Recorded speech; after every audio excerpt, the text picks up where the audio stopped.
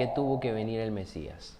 Hay que entender primero en qué condición está el ser humano. Porque para entender la magnitud del problema, si el antídoto ha sido tan grande, es porque la enfermedad y el veneno también lo es.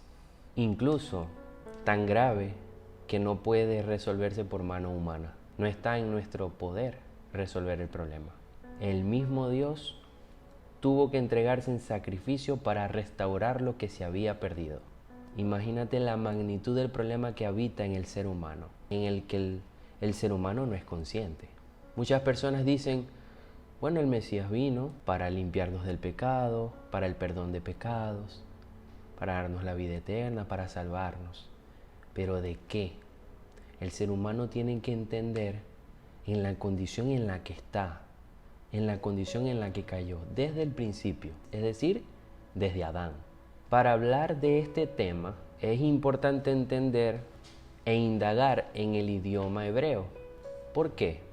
Porque el idioma hebreo nos ha mostrado muchísimas cosas, ideas, conceptos que son de vital importancia para nosotros como creyentes, ya que hay conceptos en hebreo que solo se entienden cuando en el contexto hebreo se lee. El cristianismo desde sus inicios ha promovido por medio de doctrinas y pensamientos de hombres el alejarse, el desapegarse de todo lo que tiene que ver con lo judío, entre comillas. Y es raro porque nuestro Mesías es judío. El cristianismo ha tratado de promover la idea de desapegarse del idioma, de los conceptos, festividades, de lo que se conoce como la Torá, el Antiguo Testamento, en fin. Y se han perdido bendiciones tan grandes. Por ejemplo, nosotros, gracias a Dios, hemos aprendido sobre Levítico 23, las festividades del Eterno. Entre ellas, Yom Kippur. Y Yom Kippur, ¿por qué la nombro? Porque va a ser muy importante en el estudio que vamos a tener el día de hoy. Yom Kippur es el día de la expiación.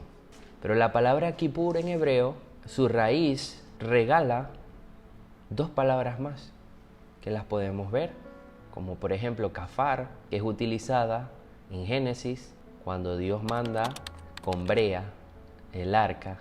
La palabra que está allí, la acción, es kafar, y esa acción denota el cubrir con brea, en este ejemplo, el arca. ¿Para qué? Para impermeabilizarla.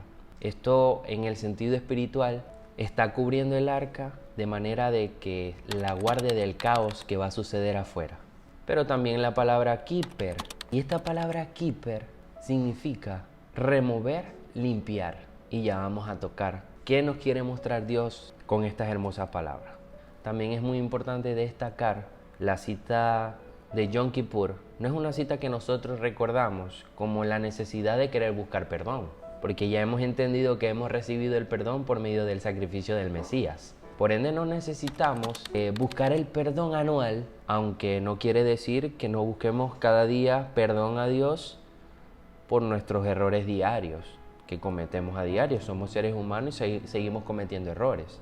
Pero no podemos tampoco negar de que el Mesías dio su sacrificio una vez y para siempre para remover, limpiarnos del pecado. Entonces surge una pregunta muy importante. Si día a día seguimos cometiendo errores, entonces la obra del Mesías vino a hacer algo más que simplemente perdonar y limpiar nuestros pecados.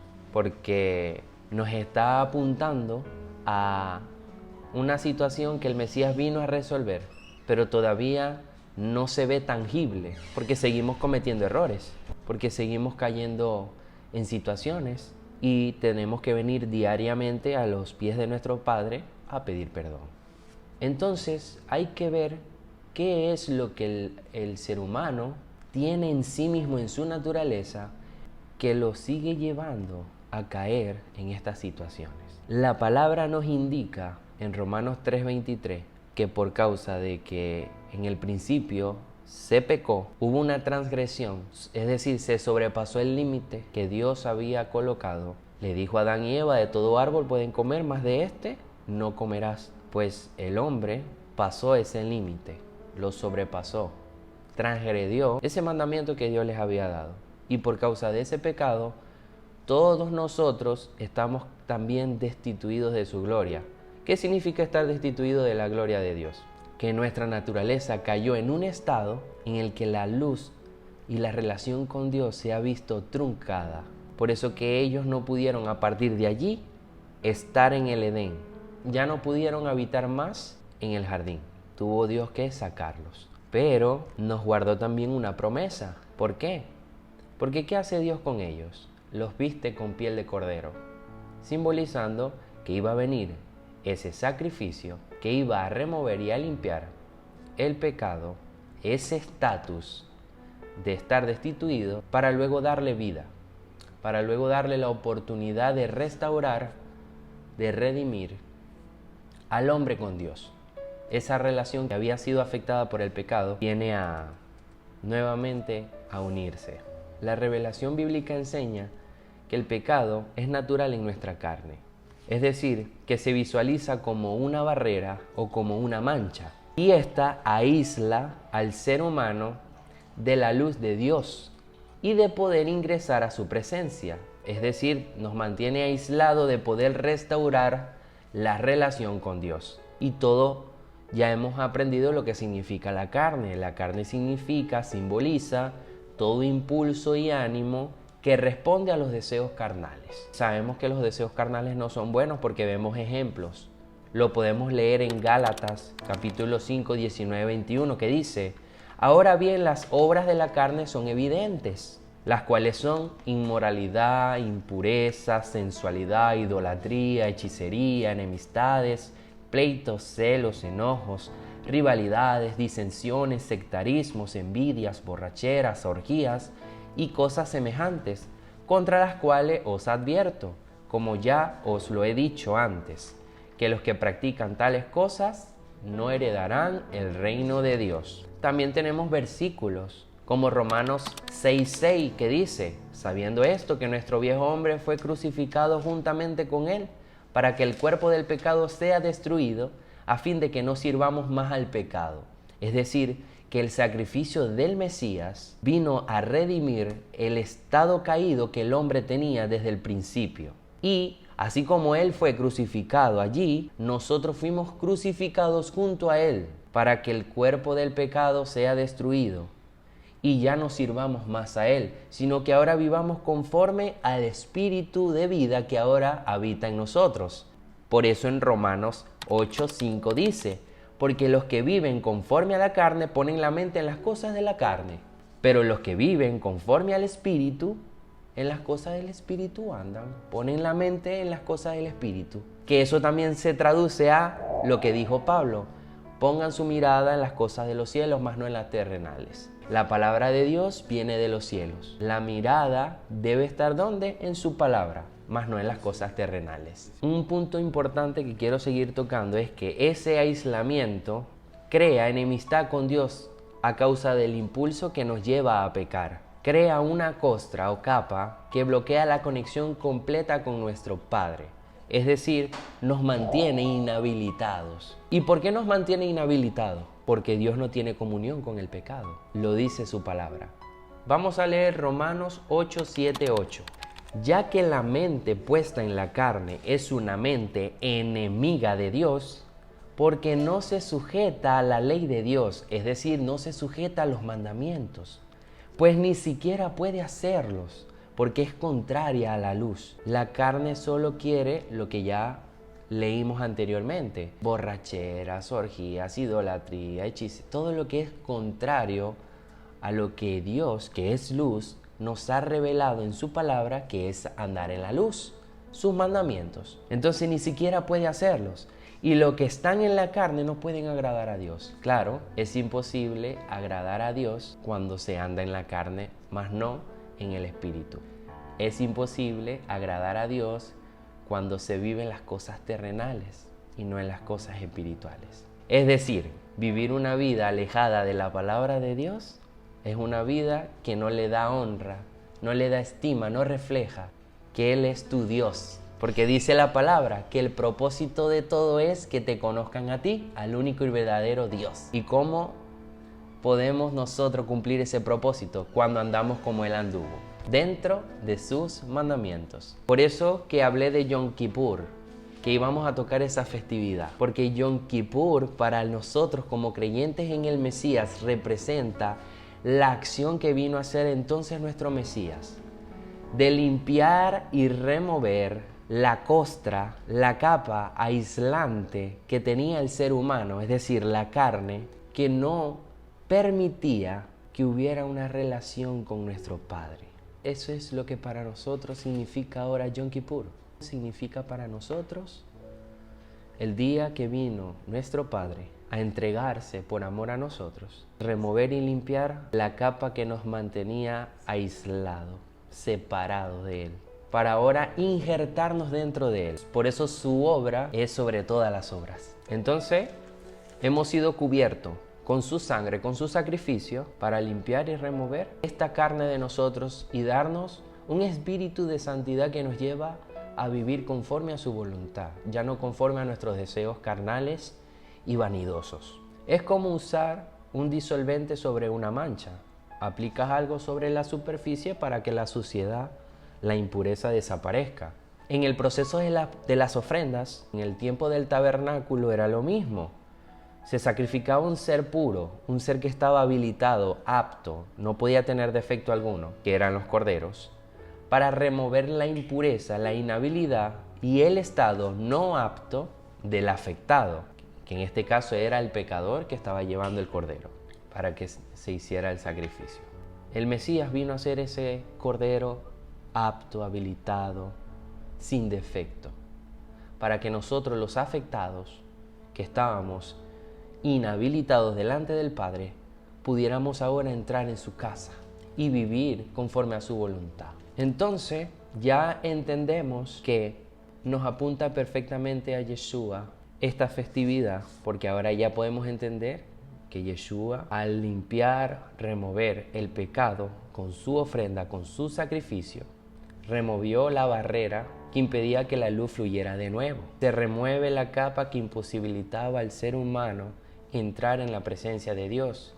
Y, muy importante, allí empieza el proceso de restauración, el cual tendrá como resultado final un cuerpo incorruptible, un cuerpo glorioso, en total conexión y relación con Dios, lo que ahora conocemos como nacer de nuevo, nacer del Espíritu.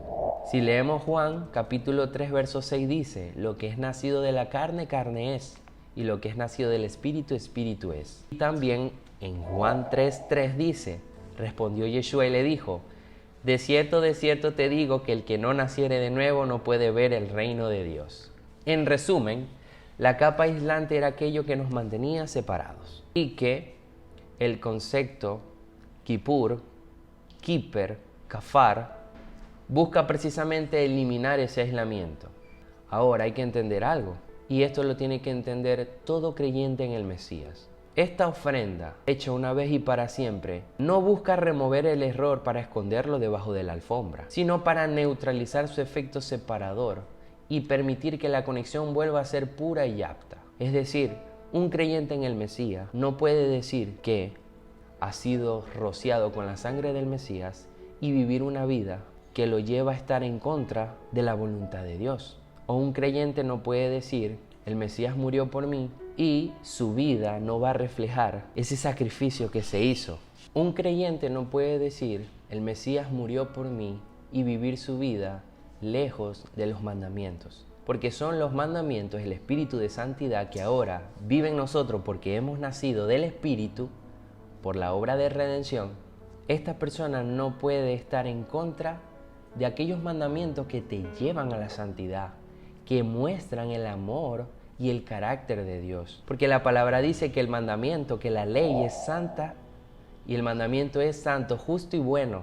Por ende, no podemos vivir una vida creyendo en el Mesías y al mismo tiempo anulando esa ley santa y esos mandamientos santos, justos y buenos. También debemos entender que el Mesías vino a darnos la promesa de un cuerpo incorruptible. Y es por eso que hasta hoy en día seguimos cometiendo errores.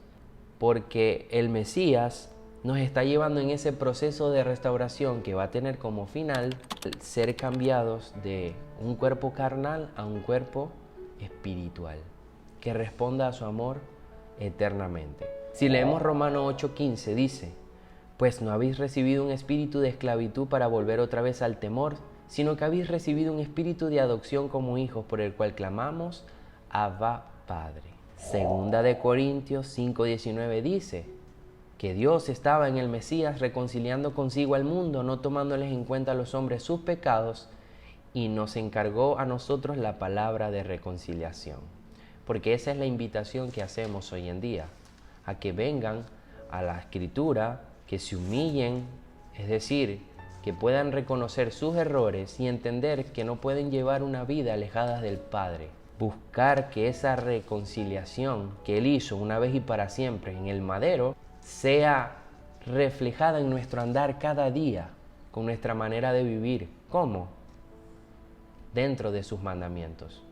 Así que ahora, debido a la gracia recibida por medio de su sacrificio, tenemos la promesa del Espíritu de Santidad, el Ruach HaKodesh. Este nos capacita y nos impulsa en la fidelidad de Dios a través de sus mandamientos. ¿Por qué? Porque fuimos salvos para andar en las buenas obras que Dios preparó de antemano. Vamos a leerlo. Efesios 2, del 8 al 10. Porque por gracia sois salvos por medio de la fe. Y esto no es de vosotros, pues es don de Dios, no por obras para que nadie se gloríe, porque somos hechura suya, creados en Yeshua el Mesías, para buenas obras, las cuales Dios preparó de antemano para que anduviésemos en ellas. Sabemos que no fuimos salvados por nuestras obras, y tampoco buscamos guardar los mandamientos para buscar salvación. Él nos dio la salvación, pero esa gracia nos conecta nuevamente. Ya no hay una separación, ya Él quitó la capa de la carne y nos dio un espíritu de santidad. Y esa gracia nos conecta nuevamente para andar en las buenas obras que Él nos dejó de antemano. ¿Cuáles buenas obras nos dio Dios de antemano? Sus mandamientos, que nos los ha dado desde el principio.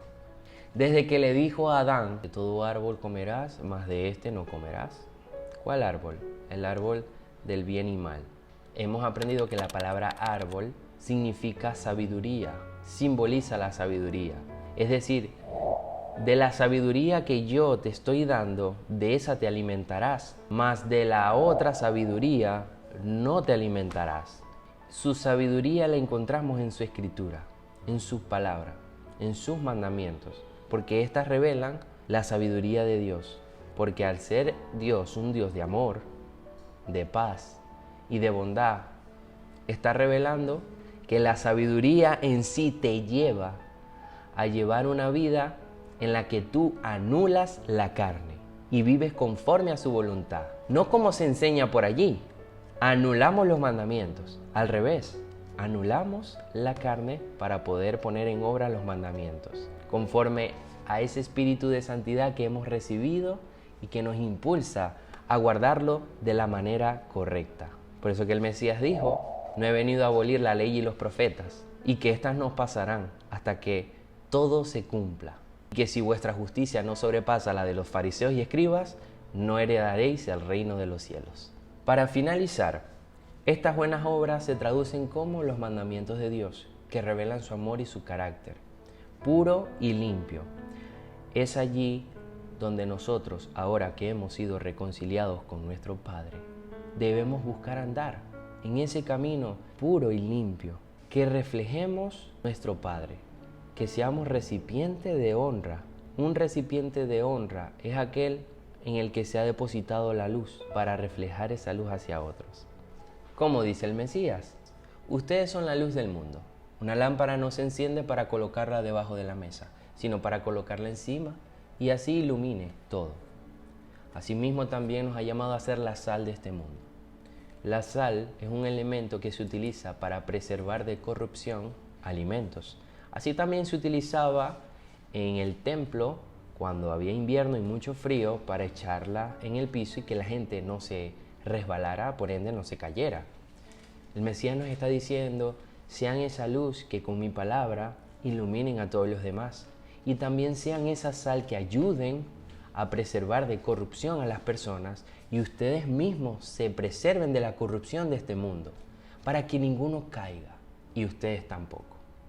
Amén.